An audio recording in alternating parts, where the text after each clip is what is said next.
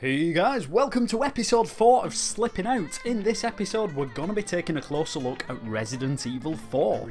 So as we always do, let's start at the very beginning where we find Leon being driven to a village by two Spanish guards. Here we get an opportunity to see how the camera works and how, like we've seen in other games previously, what can't usually be seen on the camera often isn't loaded into the game, like how the guards keep disappearing from the front seats. I mean, who's driving this thing right now? One thing that I think pretty much anybody who played this game at the time wanted to know was, is this guard actually having a pee at the side of the track? Well, actually no, he's not. He's just standing there with his hands in front of him pretending. We can also see here how sometimes the camera has textures over the front of what would be the lens. This one is obviously to give the impression of fog.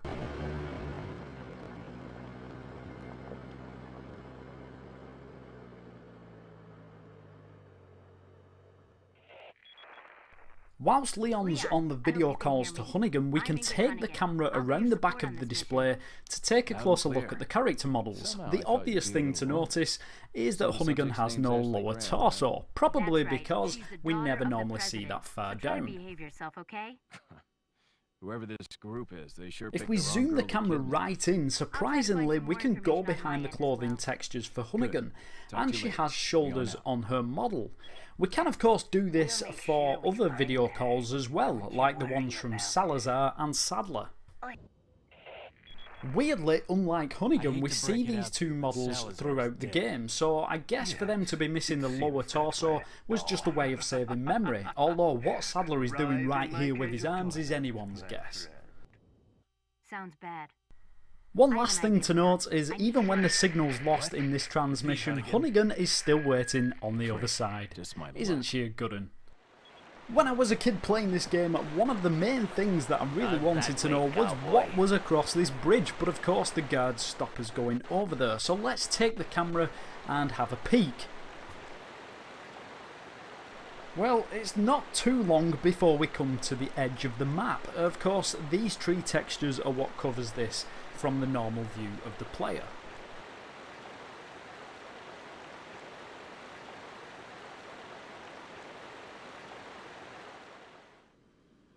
And whilst we're here, let's take a closer look at our main man Leon. If we zoom the camera right in, even though his mouth is closed, if we go beyond this, we can see he has a tongue and teeth, as well as some eyeballs, which go into his head. Now that might sound pretty obvious, but for the time this was quite detailed, and even when we look at character models on the games of today, not too much has changed.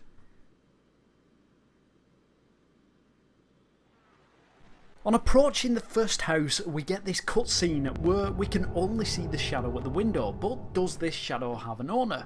Well, if we look from this angle, yes it does, but take a closer look at the shadow. We can only see the top half, and it actually moves with the camera.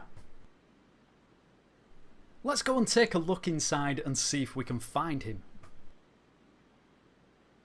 Well, like I mentioned before, things don't normally load up unless they're needed, and he actually loads up when the cutscene starts.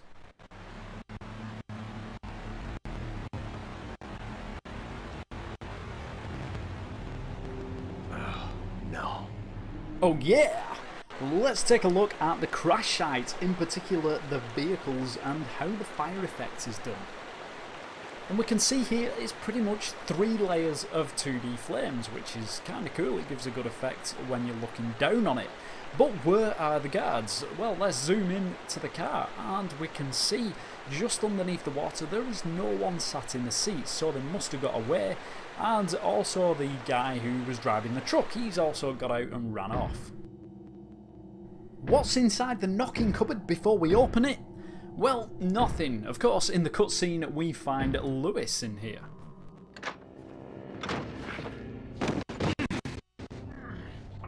Talking of cutscenes, when we move the camera during them, we can find all sorts of bizarre happenings, like Sadler's head missing during this one. And probably one of my favourite cutscenes in the game is when the El Gigante comes through the gates, albeit if we move the camera, the El Gigante is missing until he needs to make the appearance.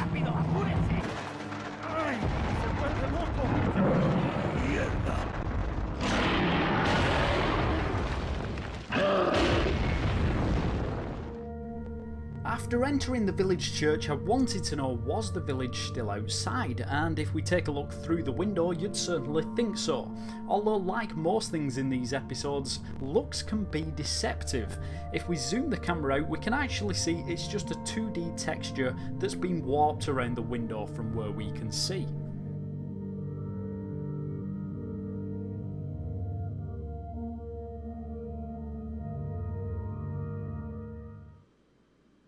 In other places, whilst I was exploring outside the maps, I came across items that you would never normally come across or be able to pick up, like this pile of ammunition and the red herb. This is not uncommon for developers to do this, as it makes it easier for them to debug the game and also add things like ammo into the map if it's needed. So we're here at the lake. Now don't shoot the water, guys, it's dangerous, but let's go in with the camera and see how the water effect's done. And if we go through the first layer of water, we can see these fishes and they're actually quite detailed. If we keep going down, we've got layer after layer of what looks like weeds, and then we can finally see the bottom of the lake. We briefly spoke earlier about items found outside the maps. Well, in this zoom out of the church, if we go around the back, we find some ammunition and herbs, so nothing too unusual there. However, behind here, we can also find a note, and of course notes usually have some sort of message that we read which progresses the story or helps us out in some way. So to find one outside the map doesn't really make too much sense. Could this be a secret note nobody has read? I guess we'll never know.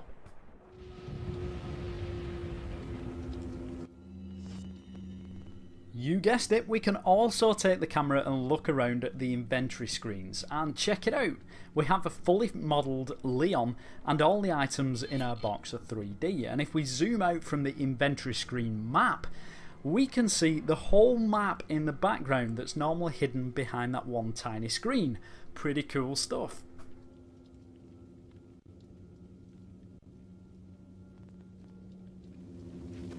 Now, where does Ashley go when she climbs over the top of the gate to unlock it from the other side? Well, let's take a look. And she's climbing up there and she jumps over and gets stuck. Great. Quick, in that cabin!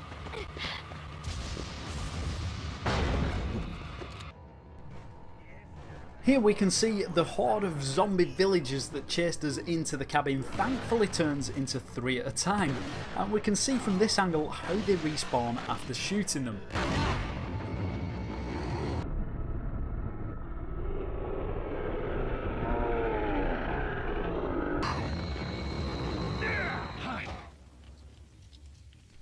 Unlike most things that disappear when out of camera shot, if we ask Ashley to hide in something, even when the lid is closed, we can still find her inside there. She even keeps her facial functions like blinking and eye movements.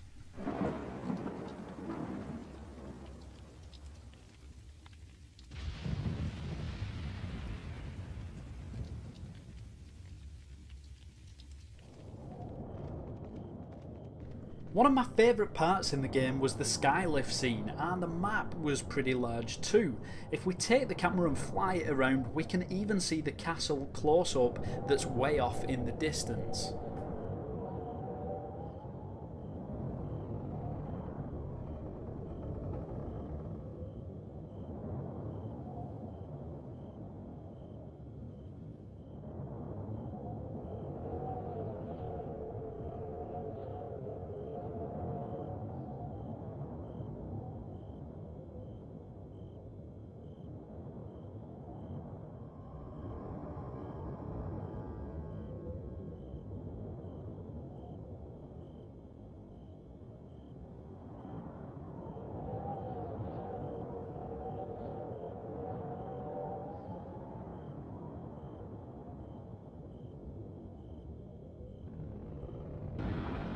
When we shoot the zombie villagers off the side, how far do they fall into the canyon? I always wanted to find this out, so here it is. They always seem to disappear just out of the normal camera shot. And how are these guys getting on the lift in the first place? Well, if I slow the footage right down, we can see one spawning right there, just behind the pillar for the cable car. We've just defeated the evil boss Bitores Mendez, and his eye is now ready for collection off the floor. For those who don't like gruesome stuff, then don't worry, it is just a fake eye. However, if we spin the camera round, his eye can also still be seen as part of him. Now I know these guys are mutants, but to grow a second fake eye, that's pretty impressive.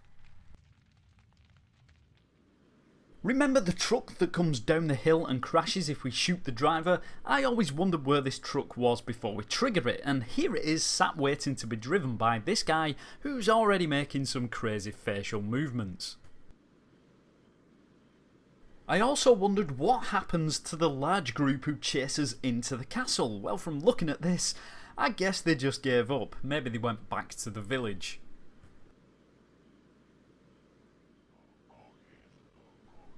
Res 4 had some pretty cool map design layouts with various level heights which overlap other parts of the map, one of which being this part of the castle walls. Let's take a quick look.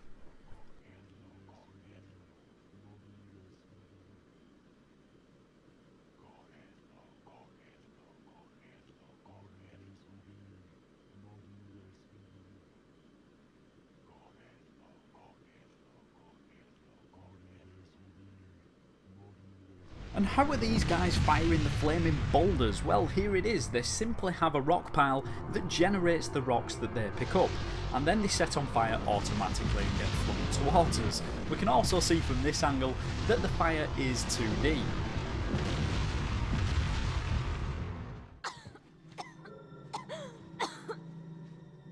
You alright? I'm fine! Leave me alone! Ashley, wait!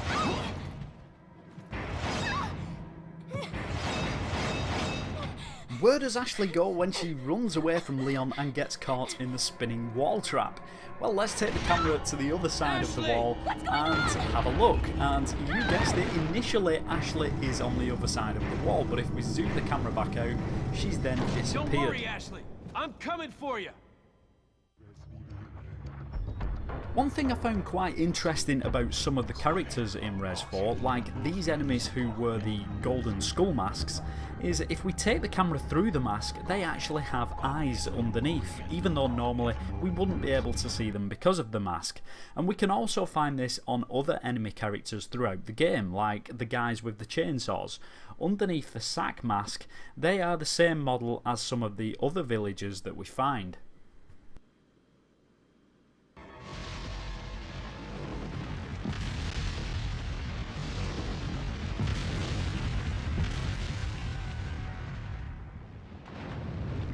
One of my favourite zoom outs of any of the maps had to be this one in the lava room.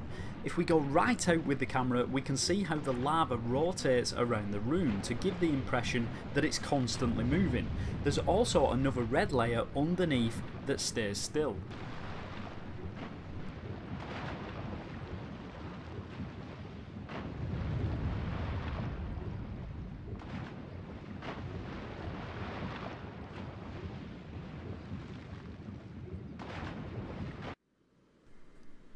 If you played this game back in the day, you'll probably remember how you get on carriages to get around the castle quicker. However, when you do, you only see a quick clip of the carriage setting off. But if we take the camera down the tracks, we can see the whole route that was planned for the carriage to take.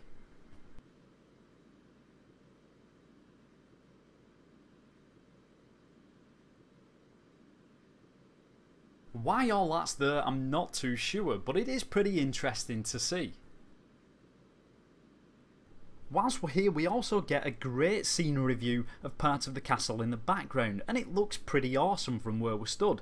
When we take the camera over, we can see the 3D models close up and just how much work went into them rather than just simply using a 2D texture.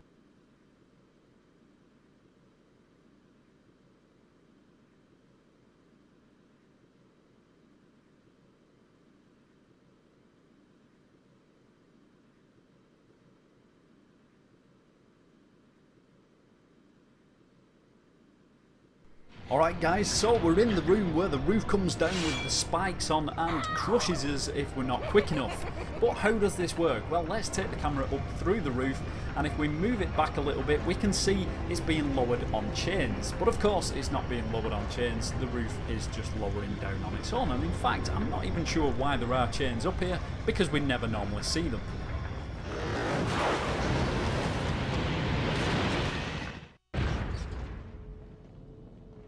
So here we are in what I'm gonna call the sewer section of the game, and Vertigo just banged on the door we came through. But is he still outside there? Well, of course, if we take the camera through the door, that part of the map is now deloaded, so he's not gonna be there.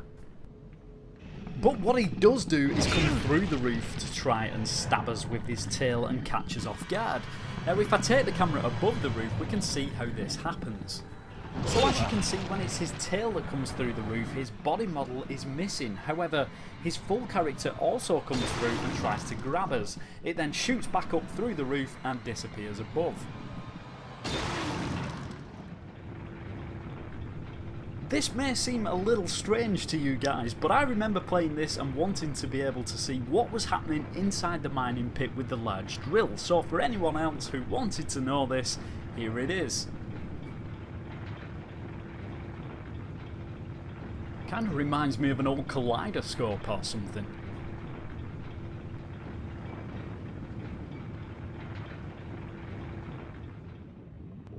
Okay guys, check this out. Where did the two El Gigantes come from before we fight them?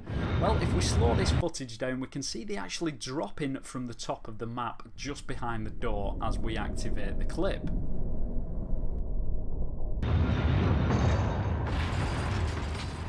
On defeating these two badasses, and as long as we managed to drop one of them into the molten metal pit, I can honestly say that I wasn't expecting to find too much.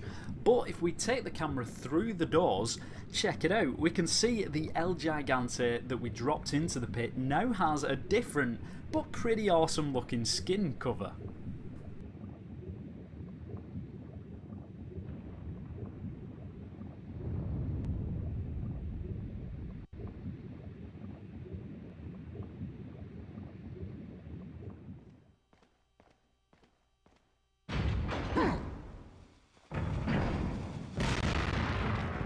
How do these two guys keep chucking dynamite at us? With the camera through the door, we can see that they seem to have an infinite source of dynamite strapped to the back.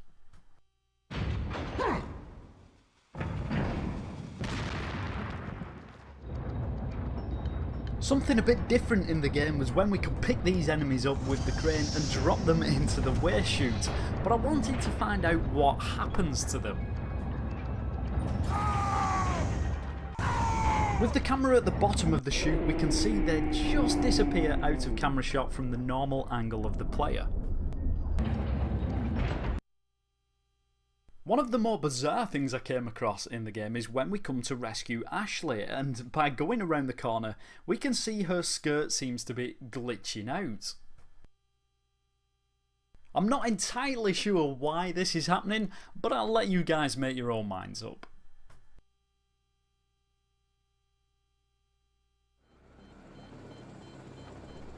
It's certainly been a long slog for Leon, but finally we get some help from a helicopter pilot named Mike.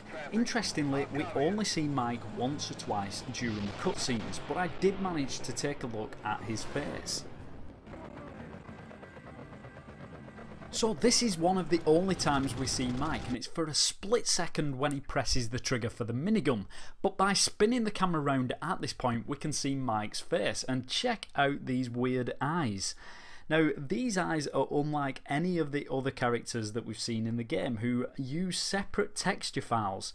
Mike's is included in his very own texture file, which is pretty weird and I'm pretty sure is correct. I'm not going to jump to conclusions to why this is, but it would be interesting to hear what you guys think.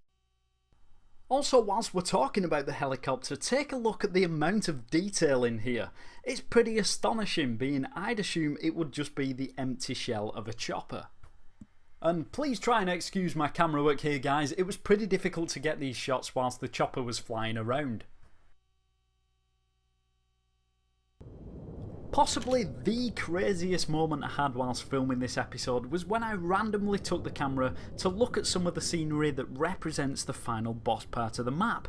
With the normal rifle scope you cannot even see across here, but this is what I found when I took the camera over. And I've not seen anyone else on any website or any video even reference this, but it has to be some sort of Easter egg.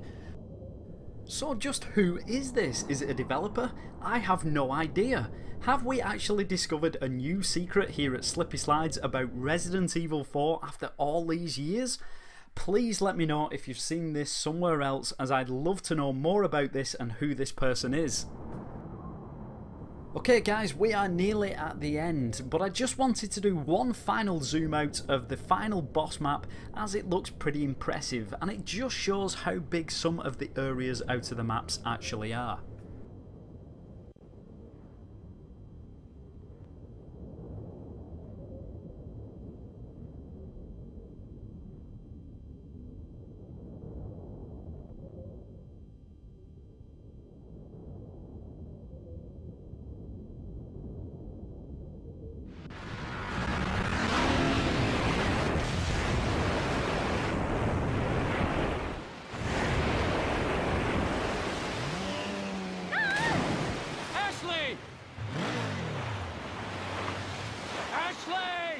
Don't worry guys, the water doesn't seem to be too deep. Ashley appears to be able to stand up, so she'll be just fine.